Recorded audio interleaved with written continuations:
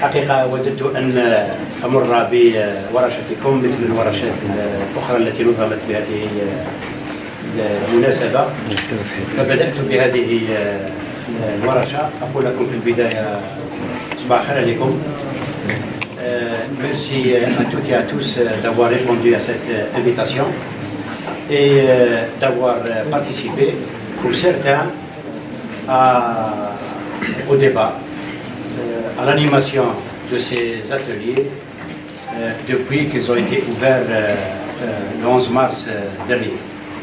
Ces ateliers qui ont été donc consacrés à préparer ce qu'on va faire demain, donc les assises nationales de l'agriculture, et dans le thème, je vous le rappelle encore une fois, qui a été retenu, est l'agriculture au service de la souveraineté nationale, tant ce secteur est lié, est en relation directe avec la souveraineté nationale, comme les autres aspects de la vie qui sont en quelque sorte des éléments constitutifs de la souveraineté nationale.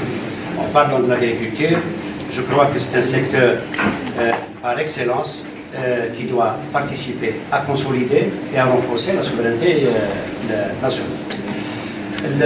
Je suis dans un atelier, dans le premier atelier, qui à mes yeux est le plus important de tous les autres ateliers. Au fait, ils sont tous importants, mais celui consacré au foncier agricole, à l'irrigation et au financement du secteur, je pense que c'est peut-être important parce que c'est au fait les éléments constitutifs de l'agriculture, du développement de l'agriculture et de ce qui est attendu de l'agriculture, notamment en termes de production, en termes de qualité et en termes de perspective, en termes de satisfaction des besoins nationaux. Donc vous êtes en train de discuter quelque chose de très très important, c'est la problématique du foncier, c'est la problématique de l'irrigation et c'est la problématique également du financement de l'agriculture. Il y a eu un déroulé, j'imagine, de ces trois thèmes du même atelier et je pense que vous êtes édifiés sur ce qui a été fait pour le secteur et pour ces trois grands thèmes, foncier agricole, irrigation et financement. L'État, si on est arrivé à ces résultats qui viennent d'être explicités par M. Yahyaoui, faire une production aujourd'hui nationale de 3 000 milliards, c'est-à-dire 30 milliards de dollars. En 2000, on était tout juste à 360 milliards de dinars. Assurer une satisfaction de l'ordre de 70% en termes de produits agricoles. Participer au PIB à concurrence de 12%. C'est des performances que d'autres pays, que plusieurs pays, supposés même développés, ne l'ont pas fait pour le secteur. Je ne vous renvoie pas aux années 90-2000 pour parler de l'état dans lequel se trouvait l'agriculture. Mais j'estime qu'un effort énorme a été fait par l'État, notamment depuis 2000. Depuis la mise en œuvre du programme national de développement agricole, qui a été suivi par plusieurs programmes spéciaux, complémentaires, mais tous sont venus compléter le PND. C'est énorme, moi j'estime que c'est énorme ce qui a été fait dans le secteur, et entre autres raisons qui ont fait qu'aujourd'hui, on arrive à assurer 70% des besoins nationaux, c'est dû en partie au financement qui a été volontaire, qui a été clairvoyant et qui a été pertinent. C'est également le cas de l'irrigation, de l'eau, qui, sans elle, on ne serait jamais arrivé à l'état de développement de l'agriculture. Un énorme travail. Nos amis de ressources en eau sont là en force pour en parler tout à l'heure. Mais quand il y a 10 ans, 15 ans, les capacités de mobilisation ne dépassaient pas 3 milliards de mètres cubes et qu'aujourd'hui sont de l'ordre de 8 milliards de mètres cubes, appelés à augmenter encore, et qu'en grande partie c'est destiné à l'éducation, on comprendra très vite l'explication du niveau de production. يشير التطور بالمخطط لتطور المساحات المسكيه وكذا انظمه السقي من سنه 2000 الى يومنا هذا اللي عرفت قفزه معتبره لحد الان.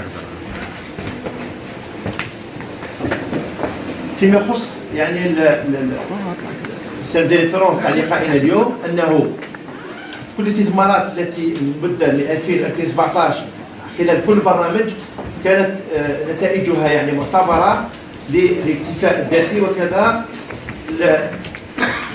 كان الاكتفاء يعني والكميه والنوعيه.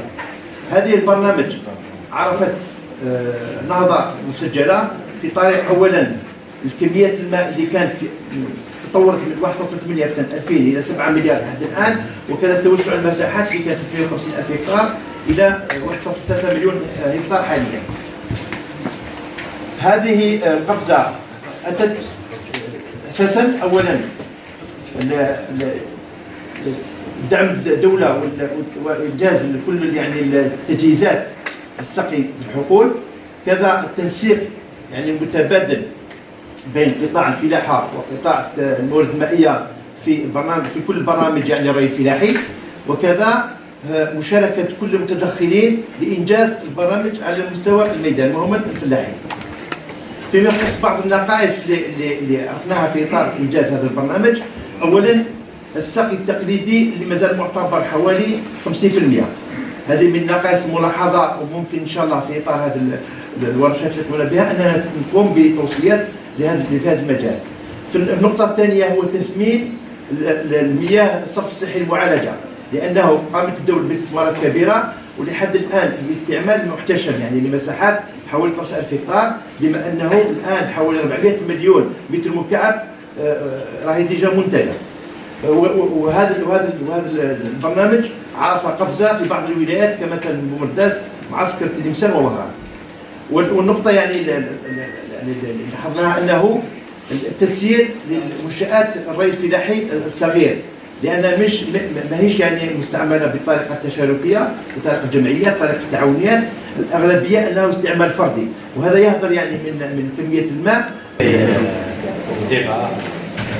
Dans ces ateliers-là qui les uns et les autres sont Je sortais d'un atelier qui traitait du foncier, de l'irrigation, du financement, et je disais que c'est une critique pour le développement de l'agriculture en général. J'arrive dans l'atelier de valorisation des produits agricoles. Il y a une dizaine d'années, ce thème n'était pas à l'ordre du jour. On ne pouvait pas parler en 2010, peut-être en 2000, encore plus, de valorisation, tant l'agriculture n'était pas en mesure de réaliser les performances qu'elle réalise aujourd'hui. L'agriculture n'était pas en mesure de satisfaire jusqu'à 70%, un peu plus, des besoins du pays. Aujourd'hui, la valorisation, elle est d'actualité. Et dans 5 ans, dans 10 ans, si on ne traite pas aujourd'hui la valorisation, comme le disait il y a un moment le représentant du ministère du Commerce, si aujourd'hui on n'ouvre pas le thème et on ne cerne pas la question et qu'on ne la traite pas dans tous ses aspects, ça sera pour nous trop tard. Qui disait il y a 15 ans, quand la production de la pomme de terre en Algérie ne dépassait pas 10 millions de quintaux, qu'on allait atteindre aujourd'hui 50 millions de quintaux. 50 millions de tonnes. Aujourd'hui, on a un problème de transformation de la pomme de terre. On a un problème de transformation de la tomate. On a un problème de transformation de pas mal de produits.